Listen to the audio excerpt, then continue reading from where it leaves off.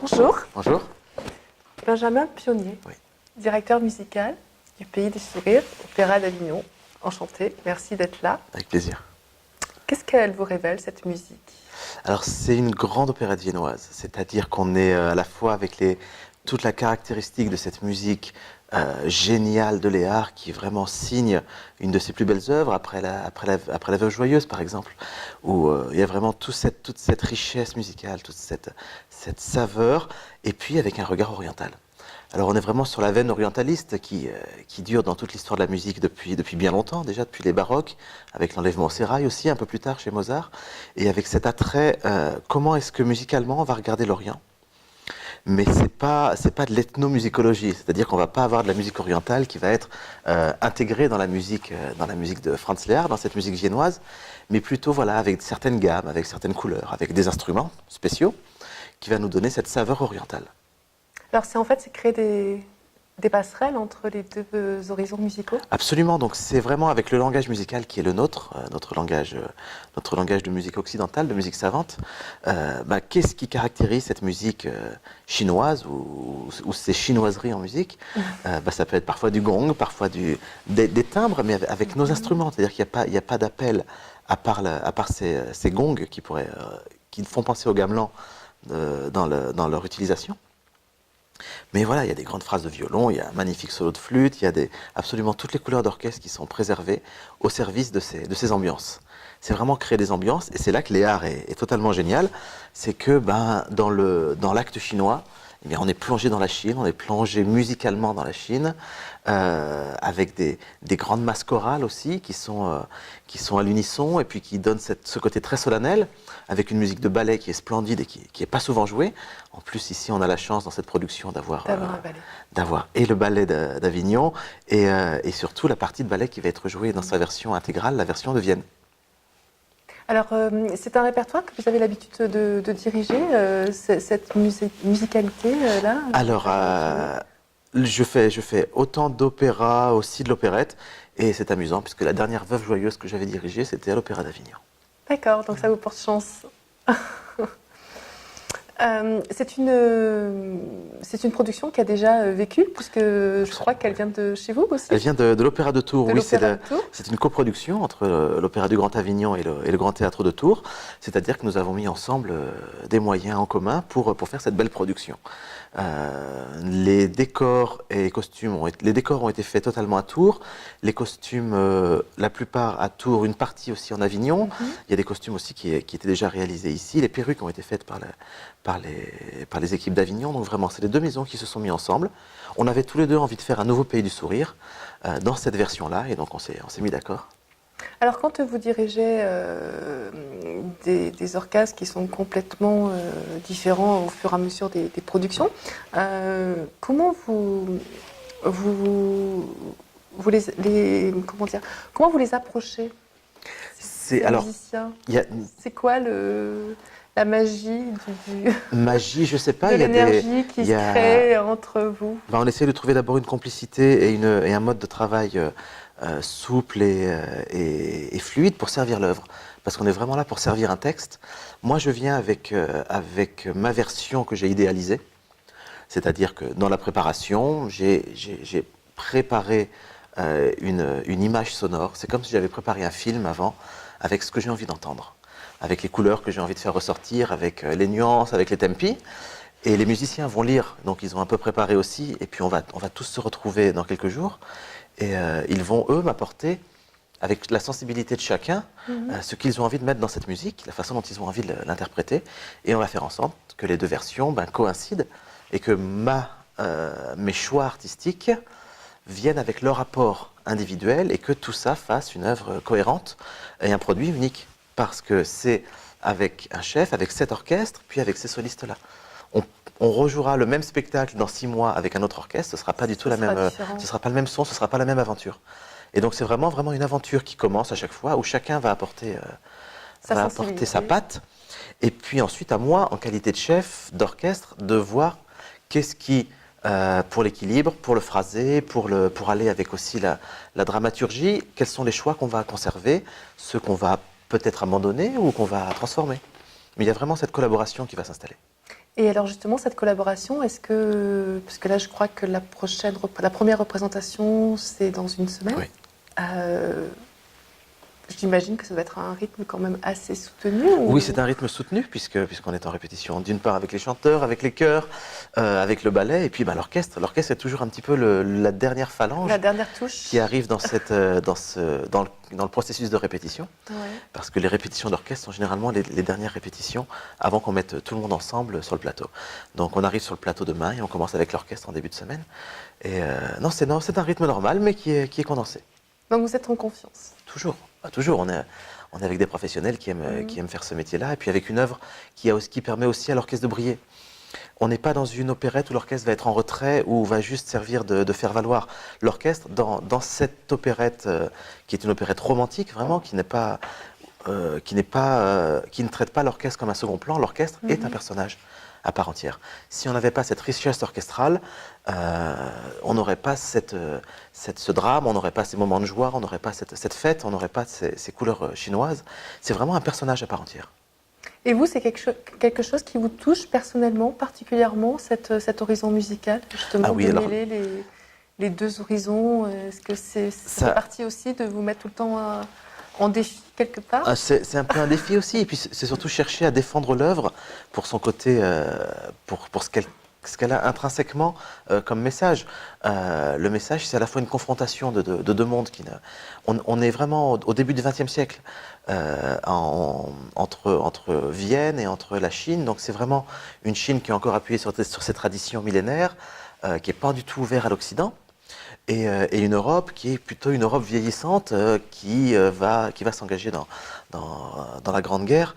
Et donc voilà, il y a ces deux univers totalement opposés qui sont liés musicalement par l'ouvrage. Et on va essayer de trouver aussi cette saveur un petit peu fin d'empire à Vienne et puis peut-être aussi fin d'empire chinois. Il y a un petit peu côté dernier empereur Puyi avec vraiment encore cette tradition qui est très présente mais qui est déjà bousculée. Quand vous dirigez une œuvre, est-ce que parfois il vous arrive de penser comment aurait pu être ce compositeur qu'il a écrit au moment où il a écrit, ce qu'il pouvait vivre ou ce qu'il pouvait ressentir? Oui. Comment vous le vivez à l'intérieur? Alors c'est d'abord la première, je dirais presque la Bible, notre support avec lequel on ne peut pas tricher, qu'on ne peut pas trahir, c'est l'ouvrage, c'est la partition. Avec toutes ses composantes, avec le texte, avec les parties chantées, toutes les parties musicales. Et ça fait partie aussi d'une période de la vie d'un compositeur. On ne va pas, pour un Verdi par exemple, une œuvre de Verdi, on ne va pas avoir le même regard sur une œuvre de jeunesse et sur une œuvre de la maturité. Parce que le personnage a évolué, le compositeur a évolué, la recherche orchestrale a évolué aussi. Là, on est vraiment sur une œuvre de la maturité de Léard. Et quelquefois, ça va regarder vers d'autres compositeurs. Ça va regarder vers d'autres compositeurs de l'école de Vienne. Ça va regarder vers Puccini aussi. On a ce rapport-là plus tard avec Puccini quand il compose sa Turandot. Mais voilà, on a ce rapport de compositeur occidental qui fait beaucoup d'allusions et qui s'empare de ces couleurs orientales. Donc on a vraiment dans l'histoire de la musique tous ces rapports. Mais oui, c'est vrai que on essaie toujours d'être fidèle au compositeur, de ne pas trahir musicalement. Ça n'empêche pas des partis pris, des choix, parfois des relectures qui sont nécessaires ou des interprétations. On peut tout à fait, sur une œuvre baroque, avoir une lecture contemporaine du drame, mais la musique doit rester dans son contexte. Parfois, on peut intégrer des éléments plus modernes, plus actuels, mais on a quand même un support qu'on est obligé de suivre et qu'on doit suivre pour garder la cohérence. Mais qui, j'imagine, s'influence en fonction de ce que vous êtes, de ce que vous vivez, de ce que vous ressentez. Oui, bien sûr. Comme il va se nourrir de ce que chaque artiste et de l'orchestre et du plateau va apporter.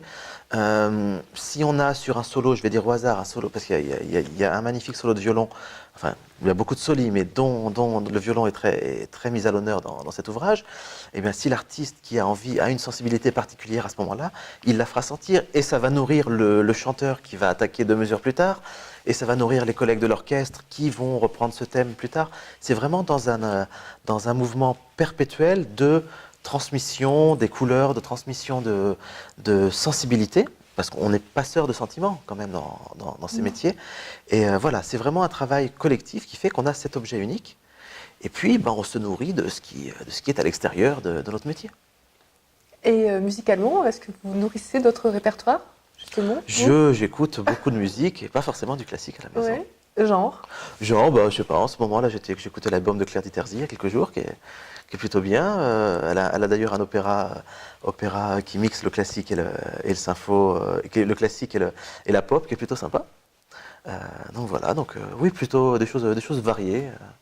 Mais pas forcément du classique. Je suis naturellement attiré vers les musiques savantes, mais tout n'est pas dans la musique savante non plus. Il y a des musiques populaires, il y a de la musique traditionnelle, tout se nourrit. Et justement, vous vous nourrissez justement de ces différents horizons musicaux dans votre direction musicale. Est-ce que ça vous influence? Alors oui, c'est sûr que quand un compositeur va faire une allusion à une musique populaire ou à une musique traditionnelle, on va essayer soit de forcer le trait, soit de voir ce qui fait cette caractéristique pour la traduire. Là, j'ai dirigé récemment Eugène Onegin, où Tchaïkovski essaye d'être un grand compositeur romantique occidental, pré-romantique, mais il ne peut pas s'empêcher de mettre de la musique russe, de la musique traditionnelle. Est-ce qu'on en fait de la musique très traditionnelle ou est-ce que ça reste quand même une musique plus lissée, plus présentable à l'Occident? Donc voilà, on se pose des questions tous les jours. Voilà. Comment vous imaginez cette production? Est-ce qu'elle va avoir une suite dans d'autres maisons? Est-ce que vous savez déjà si le Pays du Sourire va voyager encore?